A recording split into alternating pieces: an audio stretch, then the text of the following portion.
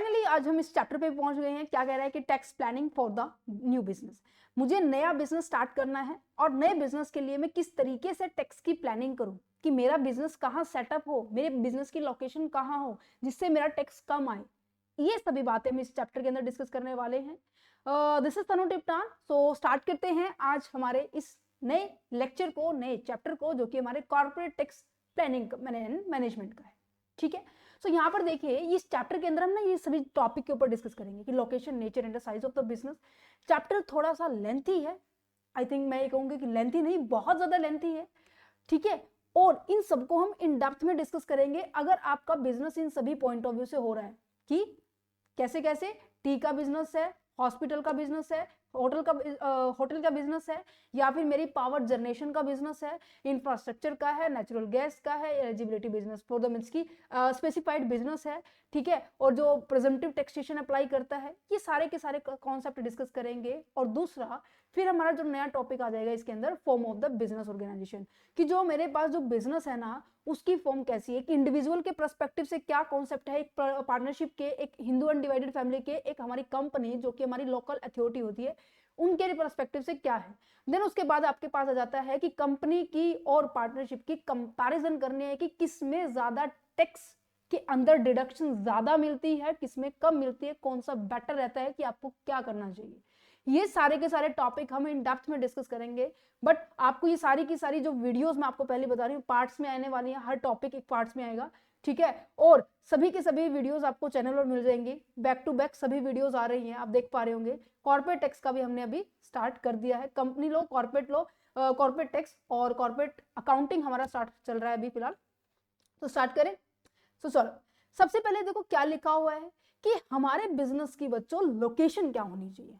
Ma'am location in the sense क्या है, means कि मेरे जो बिजनेस है ना किस एरिया में होना चाहिए। क्योंकि मैं ये मेरे दिमाग में चल रहा है कि मेरे को ना ये फास्ट फूड का बड़ा चल रहा है अभी, है ना। हर एरिया में सबसे ज्यादा फास्ट फूड की जो रेस्टोरेंट है, या फिर मैं कहूँ कि होटल्स हम ये कह सकते हैं, या फिर जो आई थिंक ठेले जो लगते हैं, राइट, हमारे यहाँ पे रेडिया बोलते हैं, ठीक है, कहीं कहीं ठेला बोलते हैं।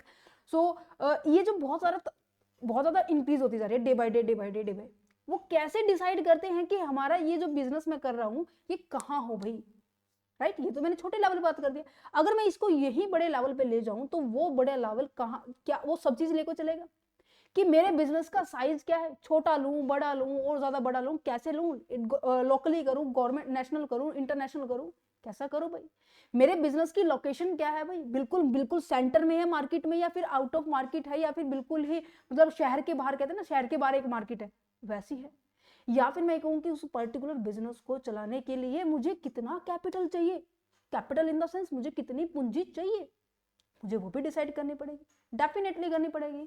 समझ में आया। अच्छा एक और बात देखनी पड़ेगी भाई, मैंने कैपिटल देख लिया, मैंने लोकेशन देख ली, मैंने मेरा साइज देख लिया बिजनेस का, मुझे ये भी तो देखना पड़ेगा कि मैं बिजनेस कर रहा हूं, मुझे कितना रिस्क आने वाला है, मेरे कंपटीटर कितने हैं। ये सभी, ये मतलब कि जब आप कोई चीज करते हैं ना, इवन आप पढ़ते भी हैं, तो हर एक चीज की बहुत ज्यादा इंपॉर्टेंस होती है कि आपके पास प्रॉपर पीडीएफ है, प्रॉपर बुक है, प्रॉपर लेक्चर है, प्रॉपर इंफॉर्मेशन है, बैक जो पीछे क्लासेस के अंदर हमने डिस्कस किया था, ग्रेजुएशन में भी आता है इनकम टैक्स, तो वो चीजें बहुत ज्यादा सपोर्ट करती है आज के काम को करने के लिए। आज ये लेक्चर समझना है ना आपको, तो जरूरी है कि आपको पीजीबीपी हेड वाला थोड़ी सी इंफॉर्मेशन होनी चाहिए। क्यों होनी चाहिए। अब आप ये कहेंगे कि मैम क्या जिनको नॉलेज नहीं वो नहीं कर सकता, अरे डेफिनेटली कर सकते हो बच्चों, बट थोड़ा सा क्या है, अब उन बच्चों को थोड़ा सा और मेहनत करनी पड़ेगी, क्योंकि पीजीबीपी हेड हमने इंडिविजुअल के पॉइंट ऑफ व्यू से किया था, एक सिंगल पर्सन के पॉइंट ऑफ व्यू से किया था। आज वही कॉन्सेप्ट हम एक कंपनी के पॉइंट ऑफ व्यू से करेंगे, तो थोड़ी बहुत जो चीजें हैं वो सिमिलर है। फिर भी मैं आपको एक छोटी सी रिक्वेस्ट कहूंगी कि पीजीबीपी की ना 1 से 1 घंटा, पता नहीं, एक सवा घंटे की वीडियो है कंप्लीट, उसमें डिटेल लेक्चर दिया हुआ है, आप एक बार इसको गो थ्रू कर लेना। मैं ये नहीं कहूंगी कि आप इसको ध्यान से पढ़ना, गो थ्रू कर लेना, कि उसमें जो सेक्शन है, जैसे कि 44AD है, 44AD ए है, 44AE है, ठीक है, जैसे 35 सेक्शन है, 35D है, ये कुछ एक सेक्शंस है जो कि आपके आज इस लेक्चर में मतलब इस पूरे चैप्टर में यूज होने वाले हैं। ठीक है। इवन मैं कहूँगी जैसे डिडक्शंस है, 80C है, 80U है, आई थिंक ये तो आप करके आए ही होंगे, क्योंकि बहुत ज्यादा ग्रेजुएशन में भी इंपॉर्टेंट टॉपिक है। तो यहाँ पे जब मैं बात कर रही हूँ इंट्रोडक्शन कैसे लिखना है, तब से एक मैं बात बता देती हूँ जो बच्चों का क्वेश्चन रहता है ना कि मैम एग्जाम के अंदर जब क्वेश्चन आ रहे हैं तो हम कैसे इनको लिखेंगे, कैसे हम इनको टाइप करेंगे, कैसे लिख सकते हैं इनको। तो आपको ये बात ध्यान रखनी है, सबसे पहले इंट्रोडक्शन लिखना है, देन उसके बाद इंट्रोडक्शन में सारी चीजें एक्सप्लेन करनी है, ठीक है। बिजनेस में हर चीज हर जगह हर एक चीज क्या होनी चाहिए, टाइम पे होनी चाहिए। कोई भी चीज आगे पीछे हुई तो कहीं ना कहीं मिसमैनेजमेंट जरूर होगा ही होगा। तो इसको जल्दी से रीड करो।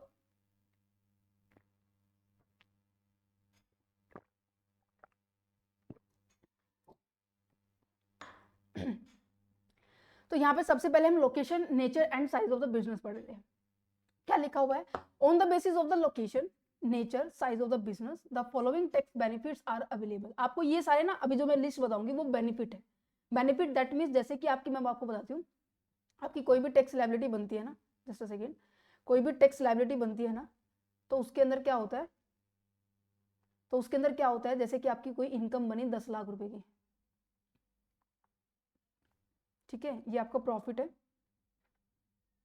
ठीक है। अगर आपने LIC के अंदर, मैंने लास्ट लेक्चर में बताया था, LIC के अंदर, पब्लिक प्रोविडेंट फंड के अंदर, या फिर नेशनल सिक्योरिटी जो स्कीम है, ठीक है, नेशनल सेविंग स्कीम जो है, आई थिंक नेशनल सेविंग सी था ये, NSC, हाँ NSC में है।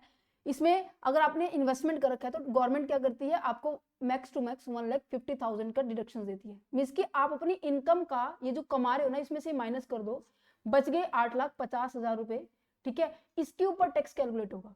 अब देखो फॉर एग्जाम्पल मैं 10% यहाँ पे कैलकुलेट कर रहा हूँ, तो ये कितना आएगा, 1 लाख रुपीज आएंगे, ठीक है, 1 लाख रुपीज आएंगे। अगर मैं इसके ऊपर 10% कैलकुलेट करूँ तो मेरे पास कितना आएगा, 85,000 रुपीज आएंगे।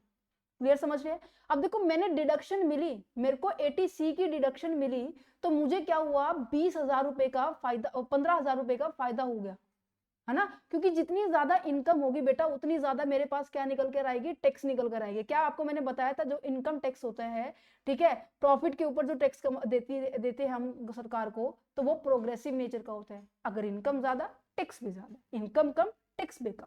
तो यहाँ पे यही बात की गई है कि आपको ये आपके लोकेशन, आपके नेचर ऑफ द बिजनेस, आपके काफी सारे फैक्टर्स को देखते हुए आपको ये सारे बेनिफिट दिए हुए हैं। सबसे पहला बेनिफिट क्या है कि अगर आपकी एग्रीकल्चर इनकम है, एग्रीकल्चर इनकम क्या होती है, अगर आपका जो बिजनेस है, आपकी इनकम क्या हो रही है, खेती बाड़ी से आ रही है, ठीक है, आप फसल उगाते हैं और फिर उसको मार्केट में जाके सेल करके आते हैं, उसके ऊपर किसी भी तरह का टैक्स नहीं लगता, मींस की नील है।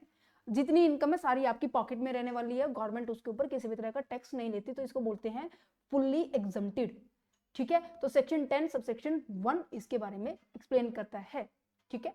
नेक्स्ट जाता है income from the newly established unit in the special economic zone.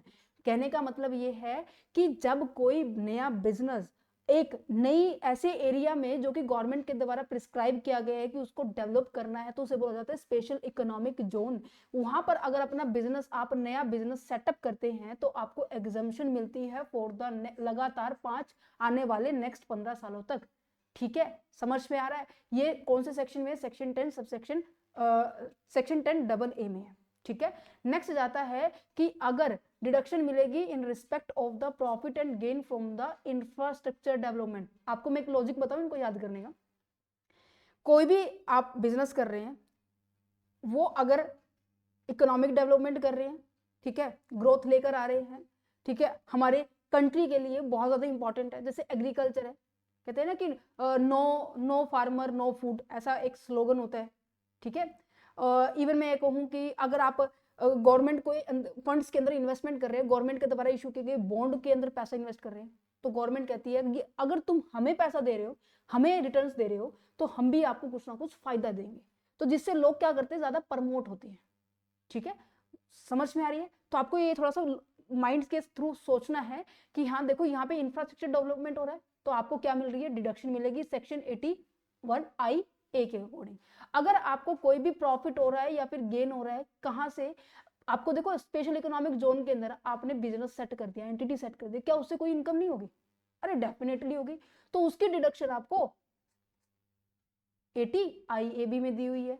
और दूसरा, अगर आपने इंफ्रास्ट्रक्चर के सेक्शन में, आपने क्या किया हुआ है, इन्वेस्टमेंट की है, तो उससे भी इनकम गेन होगी, तो उसकी भी डिडक्शंस मिल रही है। Deduction in the profit and the gain from the certain undertaking in the certain specific category states के अंदर, कि आपने स्पेसिफिक स्टेट्स के अंदर जैसे कि जम्मू एंड कश्मीर के अंदर जो मतलब कि जो माइनॉरिटी एरिया है, ठीक है, उस एरिया में आपने अगर अपना बिजनेस सेट करने की बात की जा रही है और उनके वहां पर लोगों को सर्विस प्रोवाइड करने की बात की जा रही है, जैसे कि आई थिंक 2011 का सिनारियो था, उस टाइम ना भारत अपने दिल्ली के अंदर ना एक फंक्शन था, आई थिंक गेमिंग थी, मुझे एग्जैक्ट याद नहीं आ रही, तो वहां पर ना जो फैसिलिटीज है ना कम पड़ गई थी, जैसे हॉस्पिटल की, होटल की, मतलब अदर जो फूडिंग की सेक्शन की है, ठीक है, मतलब जो आप रहने के लिए जो फैसिलिटीज देते हैं ना, मतलब एक जो इंसान को जितनी भी फैसिलिटी चाहिए ना वो वहां पर कमी रह गई थी। और उसके अंदर फिर वहां 2011 के अंदर ये कॉन्सेप्ट बनाया गया था, जो भी पर्सन, एक लिस्ट, एक लंबी चौड़ी लिस्ट है, सेक्शन 35 डी की है वो, उसमें एक लिस्ट दी हुई है, उस लिस्ट को आप पढ़ेंगे ना तो उसमें सारे के सारे ना ऐसे मिलेंगे कि हाँ ये तो जेन्युइन है, ये मुझे भी चाहिए, इंफ्रास्ट्रक्चर चाहिए, रेलवे, ट्रांसपोर्टेशन, हॉस्पिटल और होटल्स हो गया, ठीक है, फूडिंग सेक्शंस हो गई। अगर लोग इनमें इन तरीके के बिजनेस में अगर आप पैसा इन्वेस्ट करें ना, उनको हम डिडक्शन देंगे। समझ में आया? समझ में आया? अगर आपका जो बिजनेस है नॉर्थ ईस्ट एरिया वाले में है, नॉर्थ ईस्ट दैट मीन्स आपके ईस्ट वाले एरिया में, जैसे कि मणिपुर हो गया, आंध्र प्रदेश हो गया, मणिपुर हो गया, ठीक है, नागालैंड हो गया, इस वाले, इस तरफ वाले एरिया के अंदर क्या कर रहे हैं, पैसा इन्वेस्ट कर रहे हैं, बिजनेस सेट कर रहे हैं, तो वहां पर भी क्या होगा, आपको डिडक्शन मिलेगी 80IE की। अच्छा, when the assets drives income from the business of the collecting and the processing the biodegradable wastage, मतलब कि आप किसी वेस्ट, बायोडिग्रेडेबल जो वेस्टेज का आप कोई एक अच्छा कंपोनेंट क्रिएट कर रहे हैं, उसका बेहतरीन यूज कर पा रहे हैं, तो आपको वहां पे डिडक्शन मिलेगी कितने की, 80, सेक्शन 80 JJA में। ये बहुत ज्यादा इंपॉर्टेंट है, ध्यान रखना इसकी। 80 JJAA आपका अलग है, जब आप क्या कर रहे हैं, एम्प्लॉयमेंट जनरेट करने के लिए करते हैं। और आप आई थिंक ये सब ना आपको ऐसा लग रहा होगा कि ये डिडक्शन वाला चैप्टर तो नहीं कर रहे, नहीं, डिडक्शन वाला नहीं है, ये बेनिफिट दिए जाते हैं बेटा, ध्यान से सुने इस बात को, ठीक है। नेक्स्ट जाते हैं, कोई स्पेसिफिक बिजनेस कर रहे हैं तो 80IAC का डिडक्शन मिलेगा, और कोई हाउसिंग प्रोजेक्ट है तो उसके अंदर 80IBA, ये आई अंदर आएगा, ठीक है, IBA का, ठीक है। सो ये चीजें बात ध्यान रखना है, ये थोड़ी सी मैं डिडक्शन आपको एक पेज पे लिख लेनी है, आपको इजिली याद हो जाएंगे, डे बाय डे आप इनको रिवाइज करेंगे तो, ठीक है। अच्छा, क्या चीजें आपको ध्यान रखनी है, क्या चीजें आपको ध्यान रखनी है, ध्यान से सुनो, क्या लिखा हुआ है कि tax planning to avail the tax benefit. Tax की जब हम प्लानिंग करते हैं ना, क्यों करते हैं कि हमें टैक्स का बेनिफिट उठा सकते हैं हम, राइट। बेनिफिट का मतलब क्या है, बेनिफिट का मतलब ये है कि हम अपने पैसे को इस जगह पे इन्वेस्ट करेंगे जहां पे मुझे ज्यादा से ज्यादा डिडक्शन मिले, डिडक्शन मिलेगी तो मेरी इनकम क्या है, कम आएगी, इनकम कम आए तो टैक्स भी कम आएगा। समझ पा रहे हैं, नहीं पा रहे हैं? The assessee must be fulfill the condition of the prescribed in the income tax act, such as a condition has been discussed for each business in the following point। अब देखो नीचे जितने भी बिजनेस हम करने वाले हैं ना, टी का हो गया, हॉस्पिटल का हो गया, रबर का हो गया, नेचुरल गैस का हो गया, सारे डिस्कस करेंगे ना। आपको अगर डिडक्शन लेनी है ना तो आपको जरूरी है कि उनकी कंडीशंस को फुलफिल करना होगा, लिस्ट दी होगी कंडीशंस की, वो अगर आपने फुलफिल कर दी तो आपको क्या हो जाएगा, इजिली क्या मिल जाएगा, डिडक्शन मिल जाएगी, आपकी इनकम कम हो जाएगी, इनकम कम हुई तो टैक्स भी कम हो जाएगा। क्लियर है? समझ में आया? इतना समझ में आया? अब चलो, तो अब हम अपने नेक्स्ट पार्ट के ऊपर बढ़ते हैं। फर्स्ट टॉपिक हमारा कंप्लीट हो गया कि क्या कहना था, चाह रहा था, लोकेशन, नेचर एंड साइज के बेसिस के ऊपर मेरे को किन किन तरह की डिडक्शन मिल सकती है। मोस्ट ऑफ आपकी 80 सेक्शन की थी, 80C से लेकर 80U तक की, है ना। अच्छा, अब हम बात कर लेते हैं tax planning in respect of the assessee engage in certain business. हम इन बिजनेस को वन बाय वन डिस्कस करेंगे, ठीक है। देखो,